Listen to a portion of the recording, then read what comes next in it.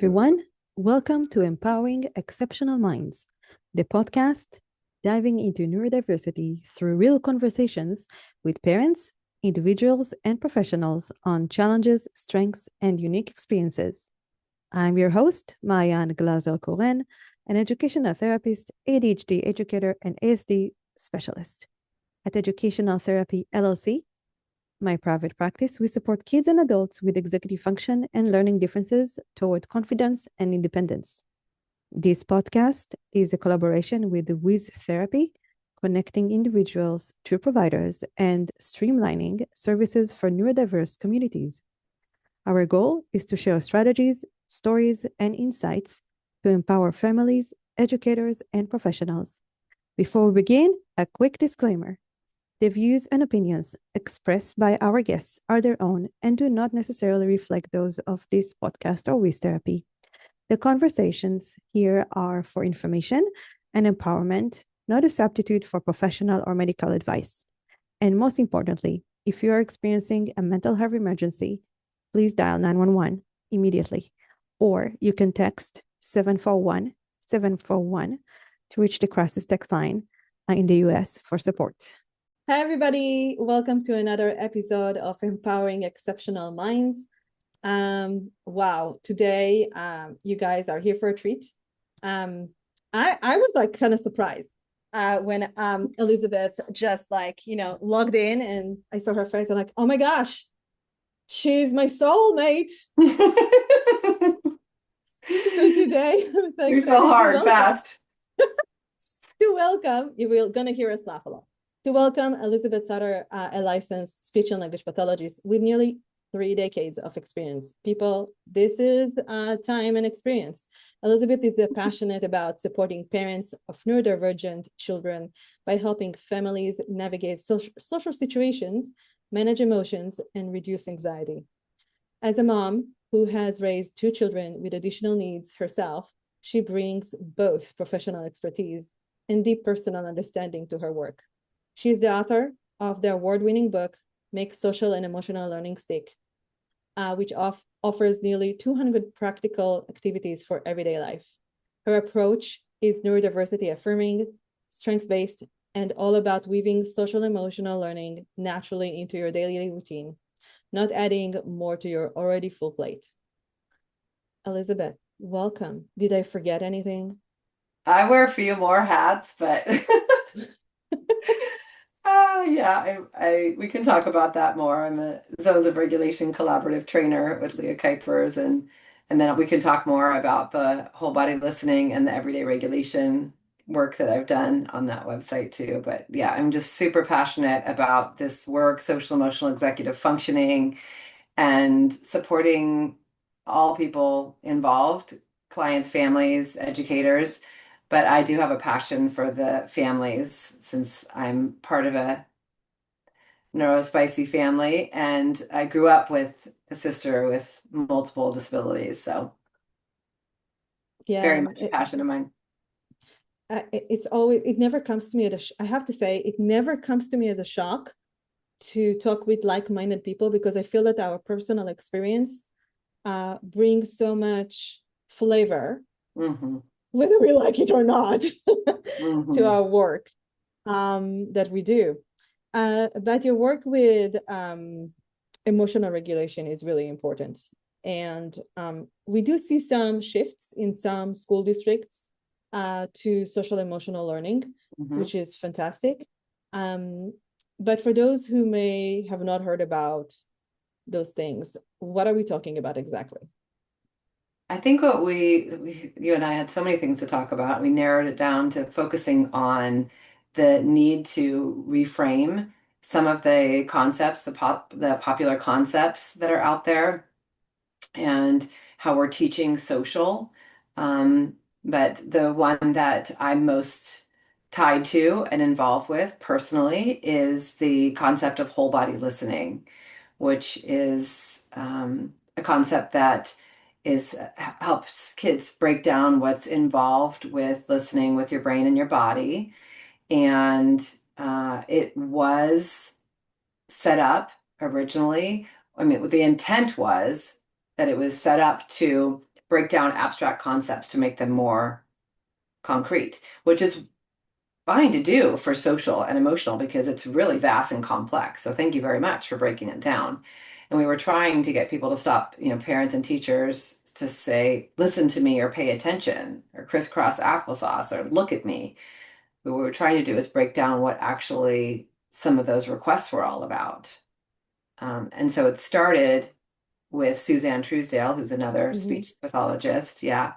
And she asked a group of first graders, what is listening? And they chimed in with sitting still, eyes looking at the teacher, hands still, mouth quiet, all the things. And so she wrote an article and it became a concept that we taught back in the days, with the model that we were using. And and parents were like, "Thank you. This is, and it got really popular." And so we were using it in my clinic, in the social groups a lot. And Kristen Wilson actually came up with whole body listening Larry. Mm. She put him on a stick. And then she and I wrote a children's book and made a poster on what is whole body listening. And it got really, really popular. And, you know, elementary school, kindergarten classes, it was like one of the first things that they would go over and teach. And then we started hearing from the neurodivergent autistic population that Larry was ableist. And we were just shocked, like, oh my goodness, like we thought this was a compassionate framework. And then we took a deeper dive and listened and started understanding what they were talking about, which was that this was actually a more about the speaker and a compliance and conformity model and not really for the listeners and learners. So I'll pause here to see if you have any questions first, but I can tell you what unfolded after that. It's like a little story of the happenings and the change and the reform, which has been really amazing and changed the way that I support all of my clients and families and my own kids too, in how we, for the neurodiversity movement. And it's just been humbling but wonderful at the same time to have this transformation. I do have a comment that I volunteer in my kids' school. Hmm. And because my younger is in fifth grade, and my older now is in eighth, but I was like also volunteering with the eighth grader. Um, and it was part of the YMCA project with empathy and Project Cornerstone. When you read a book, never mind. So, Hmm. great program. But what I wanted to say is that I still see the whole body listening thing going on. So because I hear the teacher say, okay, eyes on me. Hmm. What do you do with your ears? What do you do with, Hmm. where are your hands? And being neurodiverse myself, I'm like, this is going to be, I have to do something while I'm listening. Hmm. Me too. So that's why we started listening to more neurodivergent voices. We held a focus group, and we what we first did many years ago was we tried to write a second edition where the language wasn't as directive. And I wrote an article about how it's a tool, not a rule. Mm-hmm. But that wasn't enough because it can be very behavioral and then it can cause shame and harm in a lot of ways because we are asking kids to do things, I shouldn't say kids, people, teens, all people to do things that might adversely affect their ability to listen and learn. When somebody would, say, sit still, look at me, then your cognitive load is fully on the performance aspect of listening and not really on how your body and brain regulates to then engage in true listening so that that bottleneck can open. Sarah Ward and I have done a whole presentation on this before together. Um, and it's just really important for us to be thinking about the relationship of listening and learning with regulation and executive functioning, which you know all about. So it's actually we hired a consultant, the neurodivergent teacher, and we were talking and with our focus group, and they said, don't throw out Larry, just let's revise it because because Larry, is popular. The Mhm. books they're probably being sold for like $100 on eBay or something like that now because it's been taken off of social thinking and Amazon. But because we have a new book and a free poster. But um they were saying to keep Larry so that the branding of it, is there. Like, oh, Larry has a new book, Larry has a new poster, and then they would learn more about why we changed it. As opposed to if we just created something different or took it down, they would continue to use the same thing. So thank you for having these podcasts and to be able to get this word out there, because the more we do that, the more hopefully people can hear about the importance of changing whole body listening to a focus of compliance and conformity to a focus of regulation. So what we've done now is the old poster shows, the all the images of Larry, eyes looking, Mhm. ears both reading or ready to hear, mouth quiet, all the things that we talked about, to the new poster, which is free, and we can give this to your audience, of whole body listening. How does your body listen? And the bottom it says, all brains and body listen and learn differently. It's important to know what's best, what works best for you. And so then it has all the different body parts on there to fill in, and the teachers and parents can go through it to determine what really does work best for all learners. And then we also had an autistic illustrator create this ways to listen poster, which has Mhm. all different ways to listen, whether it's looking or sitting up or doodling or chewing on something or noise canceling headphones. There's so many different ways that can help people truly engage and listen, and that's what it's all about. So there's a new free poster. There's a couple of other lessons and worksheets that we created to support discovering how each learner listens and learns best. And then there's a new book too, which I'm happy to show you, called Listen, Learn, and Grow. I love it. Just Yeah. for listeners to know, Elizabeth is just like turning around and pulling stuff from shelves around her. This is super funny to see. I know that, And that people can't see it, but I'm trying to explain it a little bit too. yeah, use your speech therapy skills and I explain it will. to us. Okay. So the poster is um the poster is what I mentioned to you before. The old Uh-huh. one is really like the directives of this is what you do, the standards of listening, which there's not one size fits all, like we were talking about. The new poster, the old poster is green. The new poster is purple. And the new poster is open-ended with the different places where you can determine and ask and figure out what actually and play around with what actually works best for your hands, your eyes, your feet.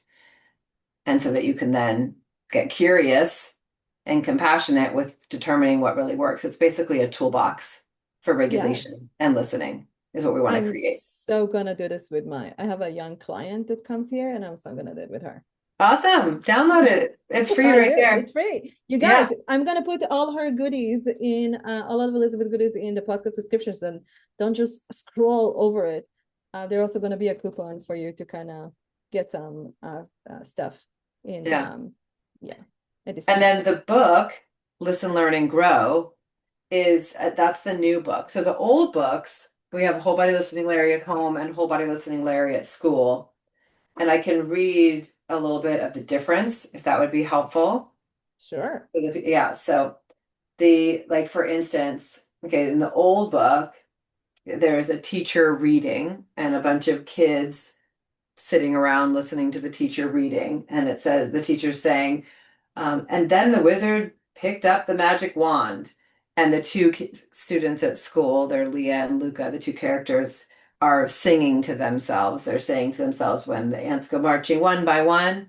And then Larry, who's teaching the whole body listening originally, says, Leah and Luca, Larry says, we won't hear how the wizard sent the goblins south if you don't stop singing and listen with your mouth.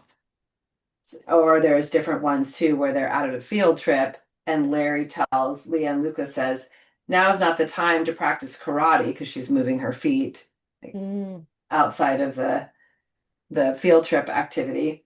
You could get lost if you don't listen with your whole body. So it's really just more saying, do this, do that, don't do this, don't do that. Whereas in the new book, Listen, Learn, and Grow, we have places where you're showing all of the different ways that kids can listen that maybe works for them in different ways. So let me read one of these that is similar. So this is the eyes.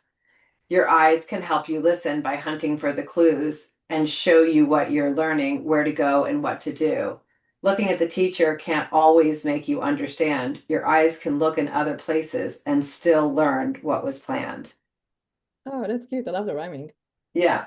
And then there's other ones too, like here's ones with the movement of the hands. Mhm. You can use your hands to listen by resting them in your lap, or they might help you listen when they fidget or they flap.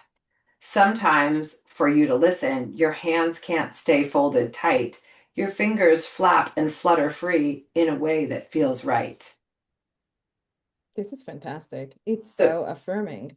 yeah, that's what we're trying to do is make it so that there's um, affirming language in here and choice and agency, and then bringing curiosity to realizing, okay, there are a lot of different ways to listen. So this is for the kids, but it's also for the adults Hmm. so that they can say, like, okay, now I get it. Yeah. I have clients that are like humming to help them. Well, it also helps them to regulate their nervous system and it helps them listen or Yeah, do for the their big. work. So here's a whole page on it says, when it's time to listen up, your mouth also plays a role. Depending on your own needs, silent may not be the goal. Silence may not be the goal. Some mouths are still and quiet, others echo, echo, echo, or hum or chew. If everyone is learning, do what's best for you. This is fantastic. Thanks. Yeah, it's been really received well. It's been received really well, and it's been a journey for sure, but a needed one. Yeah. You're talking and you're telling me, you're saying like this, you're reading this book, and I'm thinking about my own child. And he has this thing that when we eat dinner, he doesn't sit still, like he will move, he will sway. Mhm. So, and he's not autistic. It's just really interesting how, because I remember before I was doing this job, it bothered me. I'm like, why you cannot just sit still and eat? And then I was like, and I was telling him, why are you moving so much?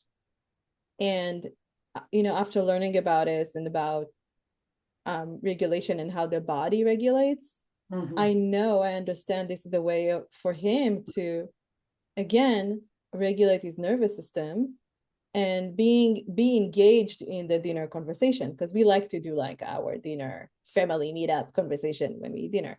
So it's really kind of interesting to see him doing this. But people from the outside, they might not understand that he's doing this.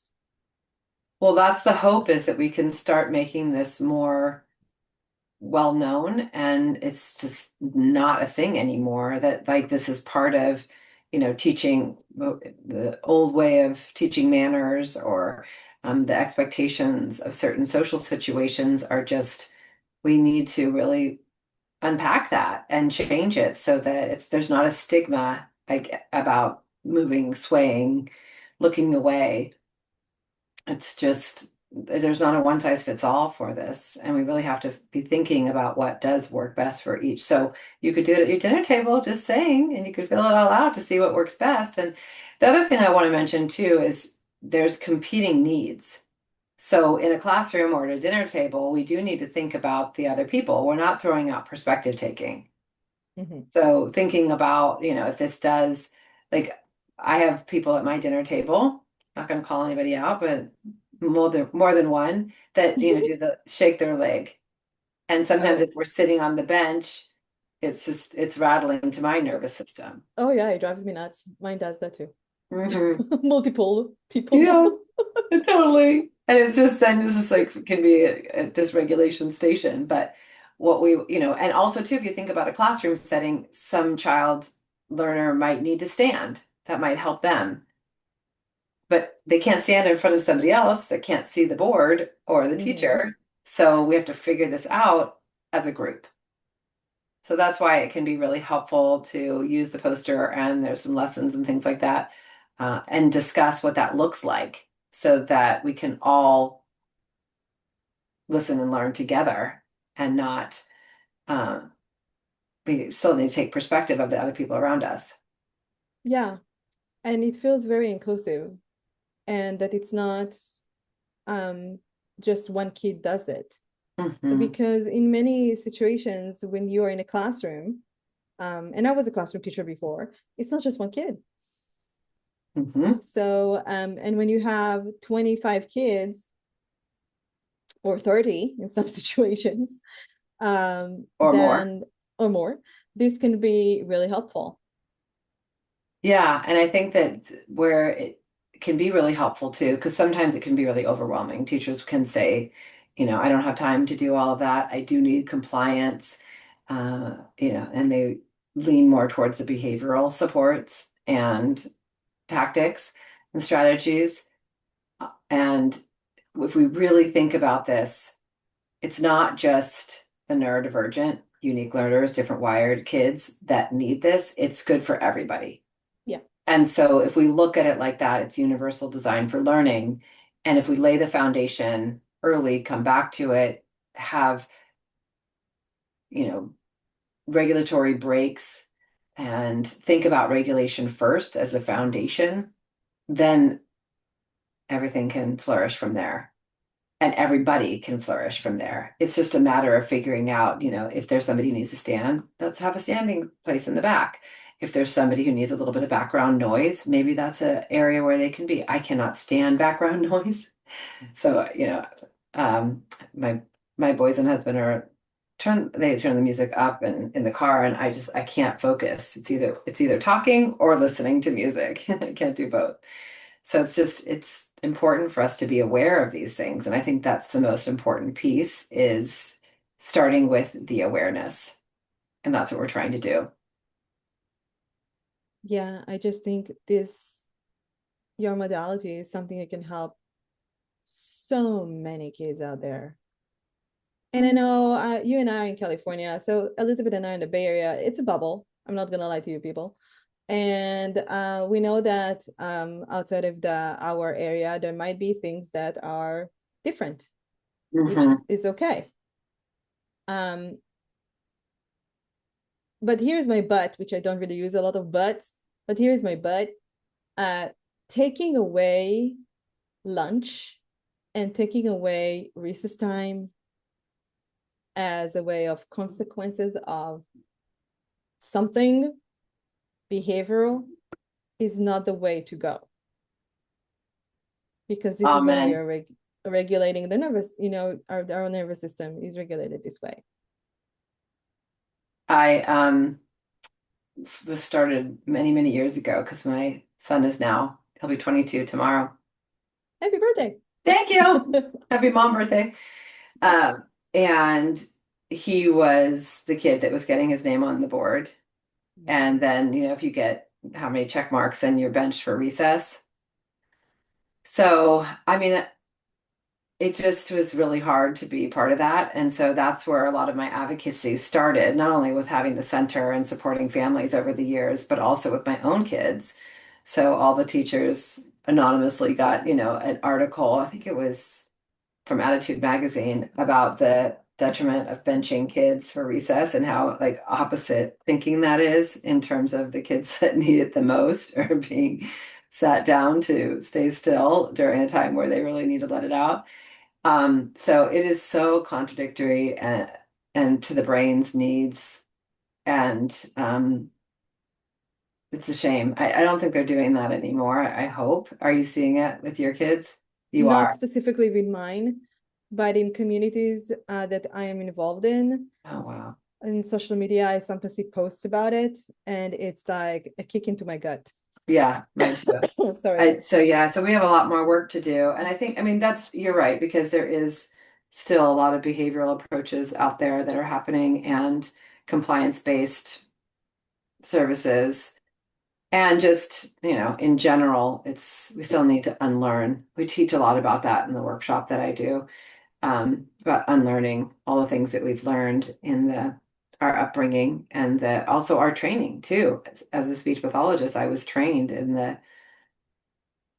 to find deficits and disorders and in more of a medical model, and then work on goals to quote fix, which is not the goal anymore. So there's still a lot of work to do. And thank We you do for, have a lot of work to do. yeah, but we're here for it, right? Yes, we are. We're trying not to be like, how do you say it? Disappointed so much that Yeah. it's happening still. So, but this is exactly what I do when I'm going on to this like social media post. I'm just writing to that person who posted and said, "Oh, I'm so sorry this is happening, but this is not okay. Hmm. Here's how you can advocate for your child, right? And say, okay, uh, it's like a punishment, It is. and Yeah. yeah, and That's taking away breaks is not helpful. We all need breaks. Um, I'm just thinking about everything you're saying of like going as a family to the movies and expect everybody to sit down. I mean, this is very right. difficult in my family. I know. I know. That's why we're trying to get things to be changed now. That's why Disneyland has more sensory accommodations, and so hopefully it can become more universal, so it's not just the need to advocate so much, because when you have neurodivergent kids, or you're neurodivergent yourself, like me with dyslexia, like things are just not laid out. It's can be an uphill battle sometimes. And so it's just parents are exhausted, educated, it's just a lot. So if we can make it more mainstream so that it's not such a battle to get the accommodations or needs and supports, that would be the goal, right? So, what do you see parents can do, right, with this in mind? What can we do in the family also? I think first and foremost is to just be aware. So think about your child, and if their system needs to move, or if it's overwhelming to look when they're listening or communicating, uh, then that's a message. We talk about behavior as communication. So if they're moving around or looking away, they're saying that's their nervous system is what they need. And then if they're asked to do things differently, that's against what naturally is regulating for their nervous system, they're going to be overwhelmed. And then that's when you see the behaviors that might be, not as engaged, or they can have meltdowns or shutdowns, or just be overwhelmed, anxiety and shame and things like that. So just the first thing is to just be aware of that this is the thing. It's not, this is what's happening with your child, and it doesn't, everybody listens and learns differently, and just noticing, get curious and watch. What do you see? How, like you're talking about the dinner table. So that means that the swaying back and forth is probably something that feels good to his nervous system. Maybe it even compensates for having to sit still, but you can Mhm. sit but sway. And some kids can't even sit, or don't, it's not easy for them. So just noticing, and then figuring out what's going to work in those situations. Because sometimes we have to figure out ways to have maybe, like if you do want to go to the movies, what helps their system feel more regulated at the movies. So maybe they would have, headphones so that it's not so loud. Or maybe they could have some weighted blanket or something that they could bring.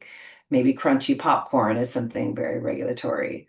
Maybe they take a few breaks, things like that, and test it out.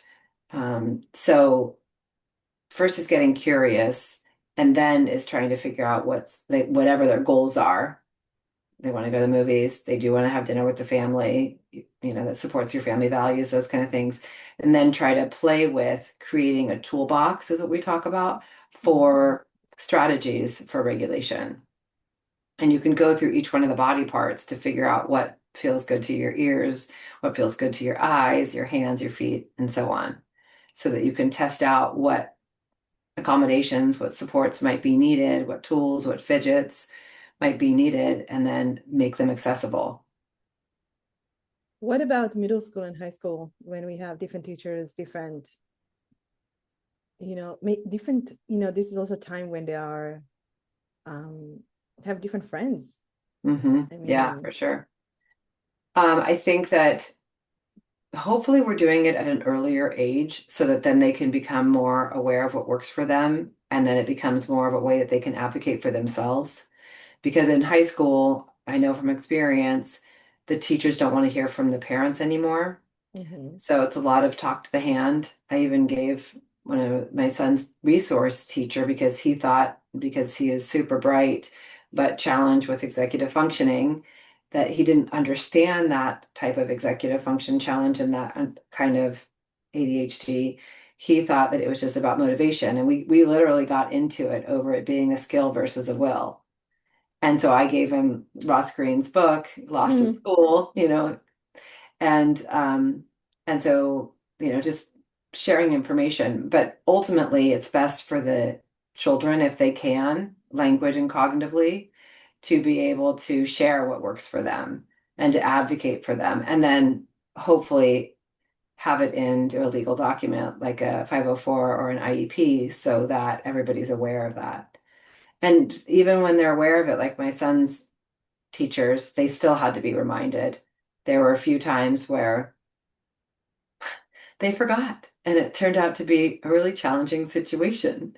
And I had to, it was funny because my sons were always like, Mom, we got it, back off, they wanted to advocate for themselves.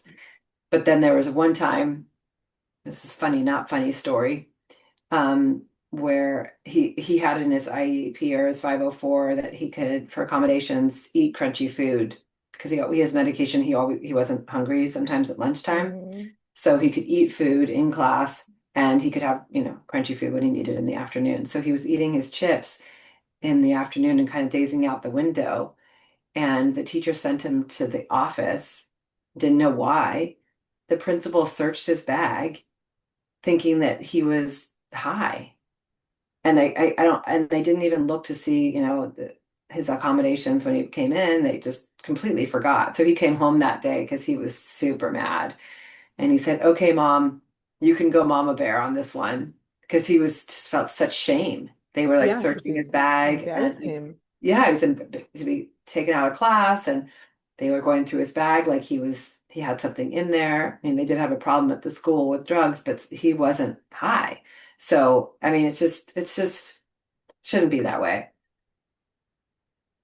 So sometimes you have to go mama bear, but hopefully we can get our children to become more aware of their own needs and advocate for them. And we have the legal documents too when needed to remind the teachers. And teachers, for the most part, they want to support. Sometimes it's just, like you said, there's 25, 30 kids in a class and they're trying to teach a lesson and an academic, they're math or science or reading, and there's a lot of brains that they're trying to engage. And sometimes it's easier when you have the kids that can sit and look and listen. But if we can just change the mindset of there's multiple ways to listen and engage, then hopefully it won't feel so overwhelming to the educators as well. And we can lay that foundation early on. I'm curious, do you guys do, like, you go to schools and you do like professional development for teachers? We can. I've gone to conferences before and I've done quite a few online is where I've done a lot of my training more recently. So I've partnered up with different people in the field, Kelly Mahler, Sarah Ward, Dr. Janine Holleran, and um, Liz Angoff, lots of different educators, and I've done it myself as well, and I'm happy to do more. It's been a lot to get it out there and to share podcasts and things like that, but we can absolutely go and train and teachers and educators more about this. Is it something that the district will be willing to do Yes, for sure. We can do in professional the public development. schools? Mm-hmm. Yeah. Yeah, I think this can be so helpful. Again, I think from my experience, because my child is in elementary school, I still Mm-hmm. see these things. Yeah. And yeah. So where can our listeners follow your work and learn more? The best way to find everything is on elizabethsautter.com. We'll provide the free poster, and our goal is, and it's concerning to hear that you're still seeing it at your son's school, but our goal is to take down all the old posters. So anybody listening, please take down the old posters. They're not for sale anymore. The green ones, the purple ones are available for free as a download. And then if you want to get a wall poster, you can purchase those too. And then the books as well, the old Whole Body Listen, Larry at Home and School, those are not used anymore. And we're focused on listening, learning, and growing. Because Larry has a growth mindset and he can learn new things. So that's what the focus is. And so everything can be found on elizabethsautter.com. I have a community that I support parents over there. That's a big passion of mine. So it's a neurodiversity affirming community for families of neurodivergent kids and teens, where we have monthly coaching and co-working and guest experts come in. So that's a community that's monthly membership. And then we have a lot of workshops that I provide at least 3 or 4 a year with leading experts so they can Oh, get, I'm joining, just gonna oh, tell you. oh, yay. You can support families together. I want to for myself. Yes. Yeah, well, we're there to support you for sure. You have kids and For everybody. there's Yeah. playbooks and there's replays, there's workshops over there, and my course and my book and everything is in there. So, and then you can ask questions at any point in time. So Oh my gosh, Elizabeth, thank you so much. you're welcome. I would love to have you again and do another episode um about this topic because I I, think it's very important. I would love to, and there's many things too. And my colleague Lauren Foster, who created the community with me too, she and I can come together and talk about. She does a lot of nervous system reset work too, which is the foundation for, the educators and the parents to have that reset for the co-regulation piece of it, which is what we're talking about here. It's all about regulation first Mhm. for the So for adults our, and the kids. absolutely. So for our listeners, if you want to hear more from Elizabeth, comment on the podcast and follow, subscribe, and share it with teachers. Share this episode with your friends because we have to bring more neurodiverse affirming ways to the schools for sure, Mhm. and for each other. For sure. And parents too, you're big advocates in spreading the word for sure. We're creating a ripple effect here, and I'm so grateful to be part of this podcast, to be able to have um, a voice in sharing the reform. I really appreciate that. Thank you for listening to this podcast. It was a fantastic episode. Don't forget to subscribe to our YouTube channel, follow us on Apple Podcast and on Spotify. Take care. Bye bye.